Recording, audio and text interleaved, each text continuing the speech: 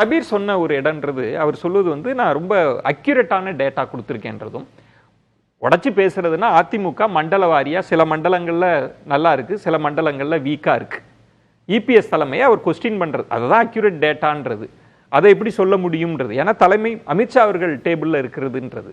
ரெண்டாவது அவரோட body language, Prakash அவர்கள் கூட சொன்னது. முன்பு என்ன சொன்னார்னா எல்லாம் ஃப்ளைட் டிக்கெட் போட்டு கொடுக்குறேன் எல்லாம் போங்க அப்படின்றதும், யார் வேணாலும் கம்ப்ளைண்ட். ஆனா இன்னைக்கு அதை பத்தி பேசல. நான் தொண்டனாக பணியாற்றவும் தயார்ன்ற இடத்துக்கு வந்திருக்கிறாருன்னா ஏதோ ஒரு அதிருப்தி இருக்கு அப்படின்னு புரிஞ்சுக்கலாம் இல்லையா? அது இல்ல, சபீர் சொன்ன இறுதியா சொன்ன கருத்துல நான் உடன்படுறேன். என்னன்னா ஒரு கூட்டணிக்காக இந்த விஷயங்கள், ஆனா திரு அண்ணாமலையோட தனிப்பட்ட செயல்பாடுகள், அவர் கட்சிக்காக அக்ரெசிவா ஒர்க் பண்ணதும் சரி, பிரஸை சந்திக்கிறதும் சரி, எத்தனையோ பாஜக தலைவர் பிரஸ் அப்படியே தான் சந்திக்கிறாங்க. இல்லைன்னா அண்ணாமலை மட்டும் அவர் ஒன்றும் ஸ்பெஷலாக அப்படி கிடையாது, எல்லாருமே அப்படிதான் இருக்காங்க. அப்படிங்கும்போது அவருடைய தனிப்பட்ட செயல்பாடுகளால் அவர் இப்படி ஒரு மாற்றம் இருக்குன்னா அது நிச்சயமா ஏற்றுக்கொள்ள முடியாது. அவர் மேல இன்னும் பாஜக தலைமை நம்பிக்கை வைத்துதான் பார்க்குறேன். ஆனா கூட்டணின்னு வரும்போது, கூட்டணின்னு ஒரு கூட்டணி ஃபார்ம் பண்ணும்போது ஒரு முட்டுக்கட்டை, குறிப்பாக அதிமுக கூட்டணி அப்படிங்கிற ஒரு முடிவுக்கு பாஜக தலைமை வந்திருந்தால் அது அண்ணாமலையை வைத்துக் கொண்டே செய்வதில் நிறைய சிக்கல் இருக்கு. ஏன்னா அவர் தான் நாடாளுமன்ற தேர்தல் பிரச்சாரத்திலே என்ன பண்ணுவார், திரு டிடிவி தினகரன் பக்கத்திலே வச்சுக்கிட்டு எலெக்ஷன் முடிஞ்சா பாருங்க அதிமுக இவர் தலைமையெல்லாம் சொன்னவர், வெளிப்படையாக சொன்னவர். ஸோ அப்படி இருக்கும்போது அண்ணாமலையை வைத்துக் கொண்டு கூட்டணி பேசுவது நிறைய சிக்கல்கள்லாம் இருக்கு. ஆனால் ரவி அவர்கள் சொன்னது அமித்ஷா யோசிப்பாங்க, இவர்கள் இப்போ ஏன்னா இவர்கள் தான் வெளியில போய் இவங்களோட இருந்தால் எங்களுக்கு சிறுபான்மை வாக்கு வங்கி வராது அப்படின்லாம் சொன்னவங்க, இதற்காக அண்ணாமலை அவர்களை மாற்ற மாட்டாங்கன்றதுதானே. அதுவும் லாஜிக்கலா அதுவும் யோசிக்க வேண்டிய என்ன விஷயம்னா, அண்ணாமலை தான் பாஜகவோட, தமிழக பாஜகவோட பெரிய அடையாளம்.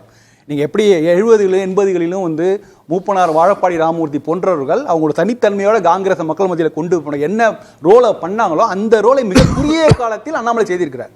அது எலெக்ஷன் வெற்றிக்கு போகல, ஆனா மக்கள் மத்தியில பாஜகங்கிற தேசிய கட்சியை பதிய வைக்கிற விஷயத்துல அவர் வெற்றி பெற்றிருக்கிறார். அப்படிங்கும் போது அண்ணாமலையை தவிர்த்து விட்டு நீங்க பேச முடியாது. ஆனா அதே நேரத்தில் அவர் பெரிய கூட்டணிக்கு மிகப்பெரிய இடைஞ்சலா இருப்பார். ஸோ அவர் பாஜகவை தான் முன்னிலைப்படுத்தணும். இப்போ என்டிஏக்கு தலைமை யார் தாங்கணும்னா தமிழக பாஜக தலைமை தாங்கணுங்கிற மாதிரியான ஒரு டேக்கில் இருக்கிறவர். அப்படி இருப்பவரை எப்படி நீங்க இசை பண்ணி கொஞ்சம் கொஞ்சம் டைவ் பண்ணணும்னா ரொம்ப கஷ்டம். அதற்காக சில மாற்றங்களை செய்யறதுக்கு ஒரு முடிவுக்கு வந்திருக்கலாம் பாஜக தலைமை. ஸ்ட்ராட்டஜிக்கலா பாஜக இறங்கி போயிடுச்சுன்ற ஒரு தன்மையை உருவாக்காதா? இல்ல, அதெல்லாம் இன்னைக்கு சொன்ன மாதிரி உத்தரப்பிரதேசம் பல ஸ்டேட்ல மேற்கு வங்கம் போன்ற ஸ்டேட்லாம் வளராத இடத்திலும் கட்சியை முன்னுக்கு கொண்டு வந்தாங்க. சுப்பிரமணிய சாமி அவர்கள் கூட பலமுறை என்ன சொன்னாங்கன்னா, பாஜகன்ற கட்சியை வளருங்க, இன்னொரு ஷோல்டர்ல இருக்க வேண்டான்றது தானே. அப்ப நீங்க கூட்டணியை இன்னும் கமிட்டே பண்ணல, இபிஎஸ் கமிட் பண்ணல, கேபி முனுசாமி அமித்ஷாவோட தனிப்பட்ட கருத்துன்னு சொல்லிட்டாங்க. இப்ப இதற்காக இவரை மாத்துறாங்கன்னா அது எப்படி வியூக ரீதியா சரியா? இதற்காக கூட்டணி பேச்சுவார்த்தையை ப்ரொசீட் பண்றதுக்காக ஒரு வேளை மாற்றம் இருக்கலாம். இப்போ இன்னைக்கு பீகார்ல இன்னைக்கு ஒரு அறிவிப்பு வருது, என்னன்னா நிதிஷ்குமார் தலைமையில் என்டிஏ கூட்டணி தேர்தலை எதிர்கொள்ளும் அப்படின்ட்டு.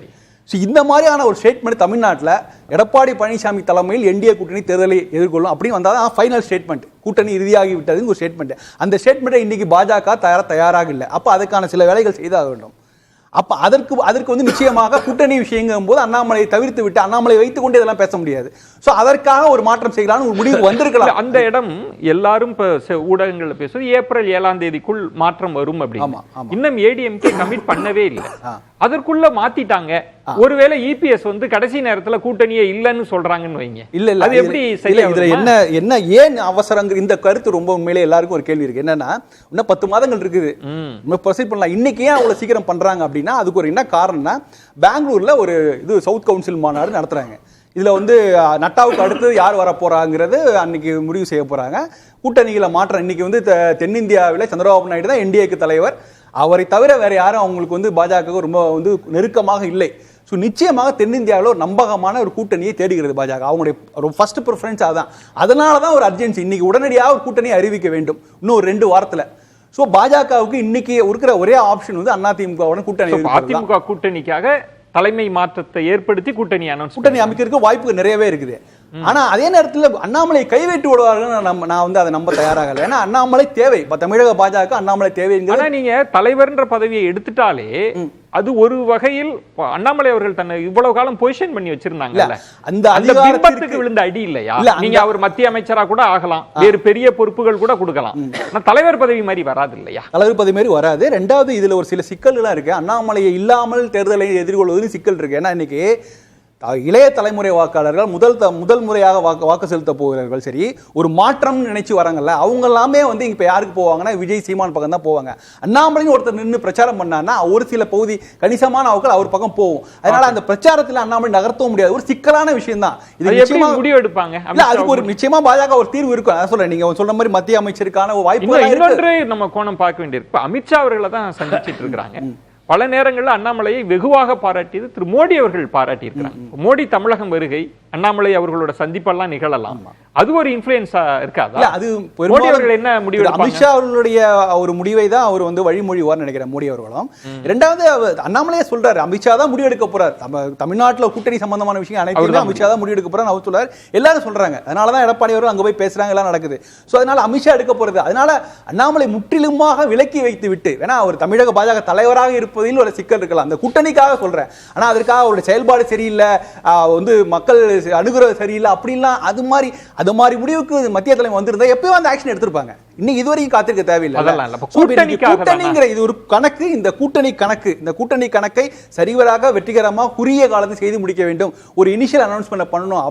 அதுக்காக வந்து எடுக்கப்பட்ட ஏடிஎம்கேவுக்காக மாற்றப்படலாம். எஸ், அப்படிதான் நினைக்கிறேன். ஒரே வரி சொல்லிடுறேன். 200 தொகுதிகளில் தோத்துக்கிட்டு தான் 4 தேர்தலாக பிஜேபி 200 தொகுதிகளில் தோற்று கொண்டு தான் 343 களமாடித்தான் 3 தேர்தல்களாக பிஜேபி வந்து ஆட்சியில் இருக்கு.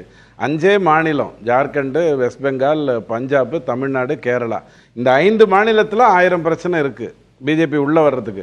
அதற்காக அது துவண்டு போயோ உடனே ஒரு டார்கெட்டை கொண்டு வரணும், எப்படியாவது 500 கோல்கேட் டூத் பிரஷ் விற்கணும் அப்படிங்கிற மாதிரி எல்லாம் பிஜேபிக்கு கிடையவே கிடையாது. ஏடிஎம்கே வந்து எப்படி அண்ணாமலை அவர்களை வச்சுக்கிட்டே ஏடிஎம்கே அலைன்ஸை கொண்டு வர முடியுமா? இபிஎஸ் அவர்களை ஒத்துப்பாங்களா? நீங்க இப்படி சொல்றதுனாலதான் எங்க பிரச்சனை வருதுன்னா, நாளைக்கு ஒப்பந்தம் போட்டுறீங்கன்னு வச்சுப்போம். ஒரு உதாரணத்துக்கு ஒப்பந்தம் போட்டாச்சு, 134 100ன்னு போட்டாச்சு. இல்லைன்னா 2 சீட்டு கொடுங்க பிஜேபிக்கு ப்ளீஸ், 2 கொடுங்க, அது கூட வேணாம் 1 கொடுங்க போறோம் அப்படின்னு சொல்லிட்டு நீங்க ஒரு கூட்டணி போட்டீங்கன்னு வச்சுப்போம். நாளைக்கு மக்களை போய் சந்திக்கும் போது பிஜேபி அவனாவது போய் ஓட்டு கேட்க முடியுமா? அண்ணாமலை இல்லாம அதிமுகல அவங்க எடப்பாடி பழனிசாமியை வந்து இஷ்டத்துக்கு பேசிட்டு செங்கோட்டையனோட தனியா பேசுறாரு அப்படி இப்படிலாம் சொல்றீங்களே, அப்படி பேசிட்டா எடப்பாடி அதிமுக ஓட்டெல்லாம் வாங்கி பிஜேபி கொடுத்துருவாரா? இது ஒரு கூட்டணின்னா அதுல ஒரு தார்மீகம் வேணாம்னா இதெல்லாம் யார் செய்யறாங்கன்னா, நல்லது நினைக்கிறவங்க யாரும் செய்யல, எதிர்வினை ஆற்றுகின்றவர்கள் தான் இதெல்லாம் செய்யறாங்க. நம்ம உட்கார்ந்து பேசிட்டு இருக்கோம். இந்த செய்தி கசிய விடுறதுக்கு பின்னாடியே ஒரு நோக்கம் இருக்கு. இந்த என்டையர் கேம் பிளான் திமுக திராவிட கட்சிகள் 53ல 48 போய் உட்கார்ந்தாங்க இல்லையா சார்? இத ஷபீர் கேட்ட முக்கியமான கேள்வி. இந்த விஷயம் இருக்குல்ல, பாஜக தலைவர்கள் யாருமே ஏன் எதிர்வினை ஆற்றல? அப்படிலாம் இல்லங்க, அண்ணாமலை தாங்க அப்படின்னு ஒண்ணு நடக்கும் பாருங்க. மத்த கட்சியெல்லாம் நடந்திருக்கு இல்ல, ஏன் இது நடக்கவே இல்ல? வேற யாருமே பேசல. நான் பெரிய பிரச்சனை. ஏன் யாருமே அது ஒரு பிரேக்குக்கு அப்புறம் பேசலாம். சில காரணங்களுக்காக சிலதுக்குள்ள போகாம இருந்தால் நீங்க போயிடுங்க, என்னன்னு சொல்லுங்க. ஒண்ணுமில்ல, அண்ணாமலையிடம் கேள்வி கேட்பதை போல தமிழகத்தில் கடந்த 50 வருடங்களில் யாரிடமாவது நீங்கள் கேள்வி கேட்டிருக்கீங்க அப்படின்னு எனக்கு ஒரே ஒரு ஆன்சரை சொல்லுங்க, ஒருத்தரை சொல்லுங்க. அண்ணாமலை கேட்டதை விட அந்த ஆள்கிட்ட நான் கேட்டிருக்கேன், ஒருத்தங்கிட்ட சொல்லுங்க. ஆனால் பத்திரிகையாளர்களை குரங்குகள், இருங்க பத்திரிகையாளர்களை குரங்குகள், இதெல்லாம் தேவையில்லை. இலகணேசன், சிபி ராதாகிருஷ்ணன், ஜனா கிருஷ்ணமூர்த்தி, இலகணேசன், சிபி ராதாகிருஷ்ணன், ஜனாகிருஷ்ணமூர்த்தி பத்திரிகையாளர் கேள்வி கேட்டாங்க. இந்த அண்ணாமலை கேள்வி கேட்ட மாதிரி கேள்வி கேட்டிருக்கோம். ஐயா ஒண்ணே சொல்றேன், இருக்கிற மக்களுக்கு ஒரு வரியில சொல்லிடுறேன், அத்தனை கேள்விகளுக்கும் தெளிவாக அறிவுபூர்வமாக பதில் சொல்லக்கூடிய தகுதி அண்ணாமலை உளறி கொட்டுவதை தவிர வேற எந்த தகுதியும் விட ரொம்ப சூப்பரா பிரஸ் ஹேண்டில் பண்றது, இன்னும் நிதானமா ஹேண்டில் பண்றது டிடிவி தினகரன். அவர்கிட்ட கேட்காத கேள்வி கிடையாது, எவ்வளவு அழகா ஹேண்டில் பண்ணுவார்.